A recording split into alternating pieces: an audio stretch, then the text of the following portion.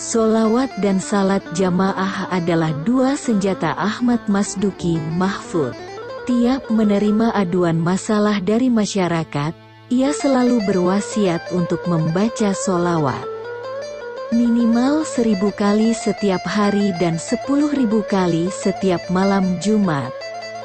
Rais Syuriah, pengurus besar Nahdlatul Ulama periode tahun 2010 sampai tahun 2015 yang juga pendiri Pondok Pesantren Salafiyah Syafi'iyah Nurul Huda Mergosono Malang ini memiliki pengalaman menarik tentang sholawat Nabi.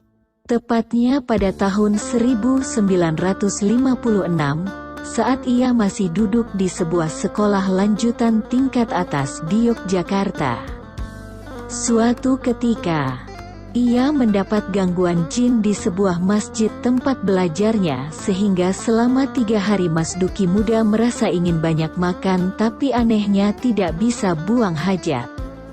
Di hari keempat, tubuhnya pun sangat panas dan saat itu juga beliau berpesan kepada adiknya, "Dek, nanti kalau aku mati, tolong jangan bawa pulang jenazahku ke Jepara tetapi dikuburkan di Jogja saja," pinta Ahmad Masduki kepada sang adik. Masduki datang ke Jogja berniat untuk mondok. Beliau khawatir syahidnya hilang jika wafat di Jogja namun jenazahnya dimakamkan di Jepara. Sontak saja adiknya semakin khawatir mengingat kondisi kesehatan kakaknya. Maka diajaklah sang kakak menemui seorang kiai. "Mari kita pergi ke kiai itu, kiai yang Mas Ahmad Masduki biasa ngaji di hari Ahad."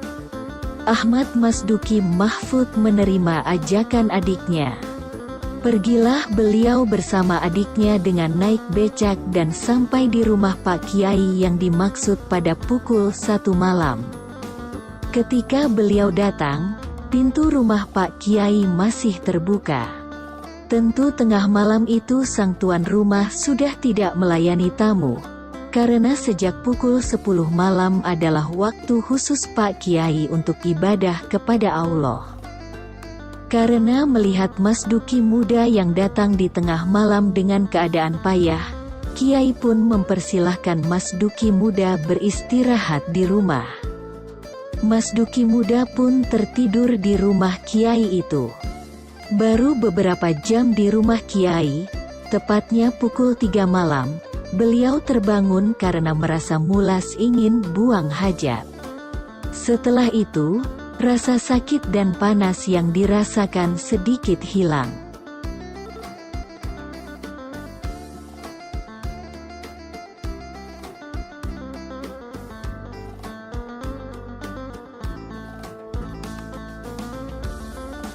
Pada pagi harinya, beliau yang masih panas badannya bertemu dengan Pak Kiai. "Pak Kiai, saya sakit." Bukannya merasa iba, Pak Kiai hanya tersenyum. Dan anehnya, rasa panas yang beliau rasakan hilang seketika itu.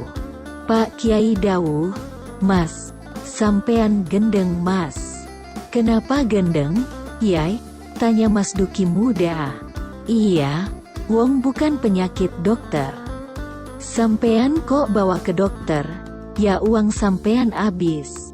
Pokoknya kalau sampean kepengin sembuh, sampean tidak boleh pegang kitab apapun," jawab Kiai. "Jangankan membaca, menyentuh saja tidak diperbolehkan."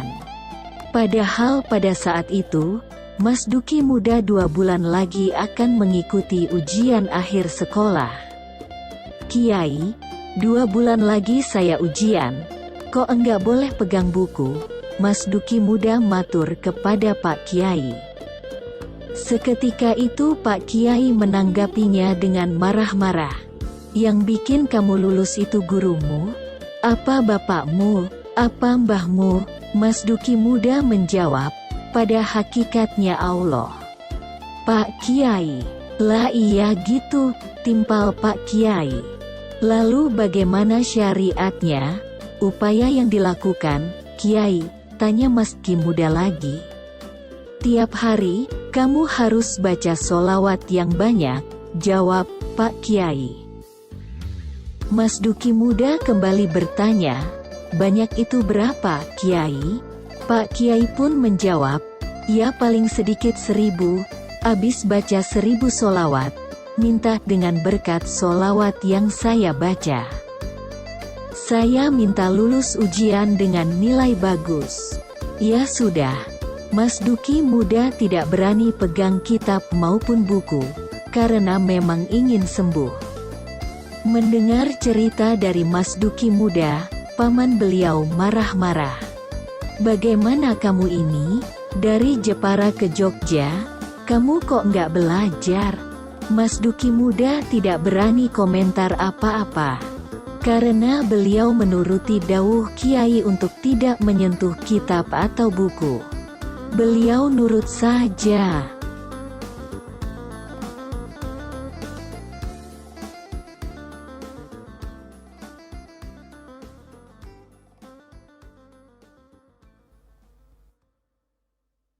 Menjelang Mas Duki ujian pelajaran bahasa Jerman, bukunya ternyata diganti oleh gurunya dengan buku yang baru. Karena masih dilarang menyentuh buku, maka Mas Duki tetap taat titah Kiai. Setelah ujian, Mas Duki muda dipanggil guru bahasa Jerman.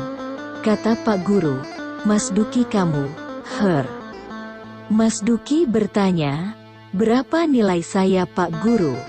Jawab Pak Guru, nilai kamu 3. Mas Duki, iya Pak. Kapan bisa ikut ujian lagi? Pak Guru menjawab, seminggu lagi. Namun setelah seminggu, Mas Duki muda tidak langsung mendatangi guru bahasa Jerman, karena larangan pegang buku belum selesai. Baru setelah selesai, Mas Duki muda mendatangi Pak Guru. Mas Duki bilang, Pak, saya minta ujian, Pak. Pak Guru malah bertanya, ujian apa? Mas Duki, ya ujian bahasa Jerman tuh Pak. Pak Guru berkata, lah kamu bodoh apa? Mas Duki tanya, lo kenapa Pak? Pak Guru bilang, nilai 8 kok minta ujian lagi? Kamu itu minta nilai berapa? Mas Duki, loh, ya sudah Pak, barangkali bisa nilai 10. Dari nilai angka 3, karena solawat, mingkem menjadi angka 8. Setelah itu, beliau tidak pernah meninggalkan baca solawat. Itulah satu pengalaman solawat Kiai Haji Mas Duki Mahfuz saat masih muda.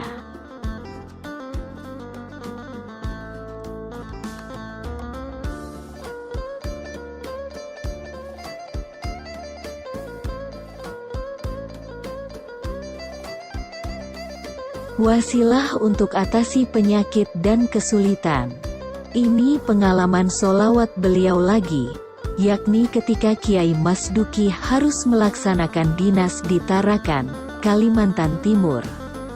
Pada suatu hari, ada tamu pukul 5 sore, dan bilang ke Kiai Mas Duki, saya disuruh oleh ibu, disuruh minta air tawar.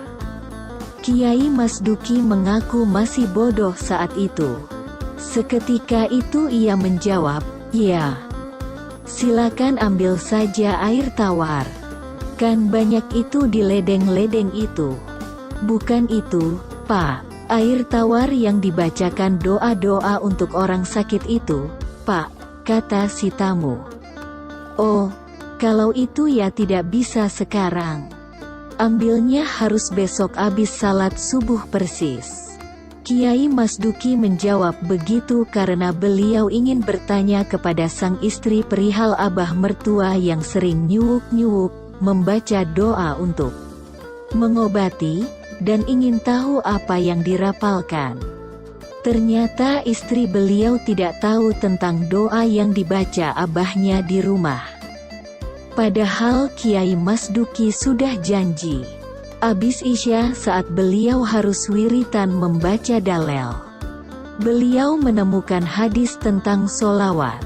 Inti hadis tersebut kurang lebih, Siapa yang baca solawat sekali, Allah beri rahmat 10.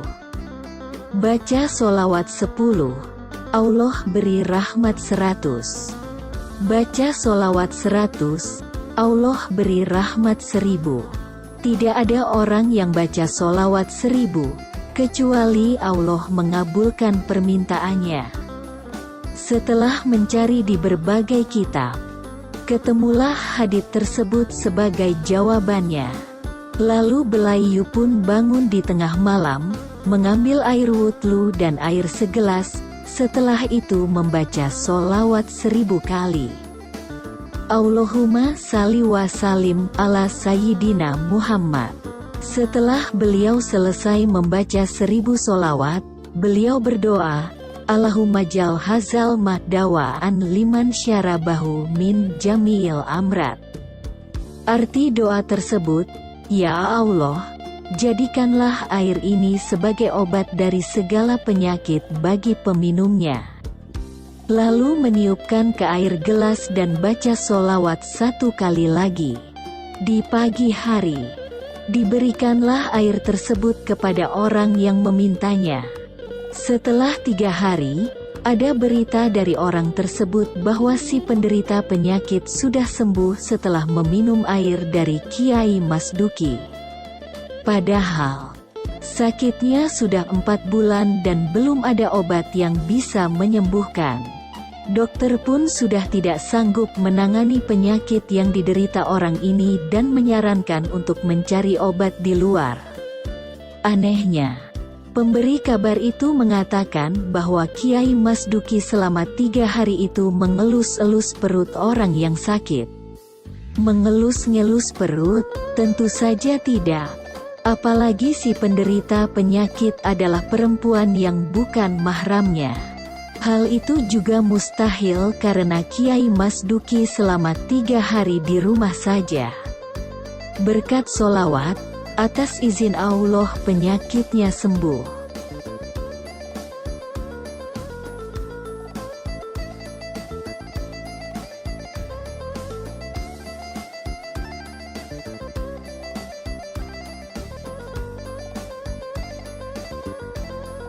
Sejak peristiwa itu di Kalimantan Timur, Kiai Mas Duki terkenal sebagai guru agama yang pintar nyuwuk. Sampai penyakit apa saja bisa disembuhkan jika beliau tidak membacakan solawat. Ya, istri beliau mengambilkan air jeding yang sudah dipakai untuk wudhu. Ia sembuh juga penyakitnya. Inilah pengalaman solawat Kiai Mas Duki ketika dinas di Kalimantan. Cerita lain, suatu ketika beliau harus ke Samarinda dengan naik kapal pribadi milik Gubernur Aji Pangeran Tenggung Pranoto. Dalam pertengahan perjalanan melalui laut, tepatnya di Tanjung, maka lihat kapal yang dinaikinya terkena angin puting beliung. Maka goyang-goyanglah kapal tersebut. Kiai Mas Duki sadar, berwudu, lalu naik ke atas kapal. Beliau ajak para awak kapal untuk mengumandangkan azan agar malaikat pengembus angin dahsyat tersebut berhenti. Lalu berhentilah angin tersebut. Inilah salah satu pengalaman solawat Kiai Mas Duki. Kalau ada orang menderita penyakit aneh-aneh datang ke Mergosono, insya Allah saya bacakan solawat 1000 kali. Kalau ndak mempan 10.000 kali, insya Allah kabul, kata Kiai Mas Duki saat pengajian di Majelis Riyadul Jannah. Berkat solawat Nabi, sampean tahu sekarang, saya bangun pondok sampai tingkat 3. Nggak pernah minta sokongan dana masyarakat, mengedarkan edaran, proposal nggak pernah. Modalnya hanya solawat saja. Uang yang datang ya ada juga, tapi nggak habis-habis. Itu berkat solawat, lanjut Kiai Mas Duki dalam pengajiannya.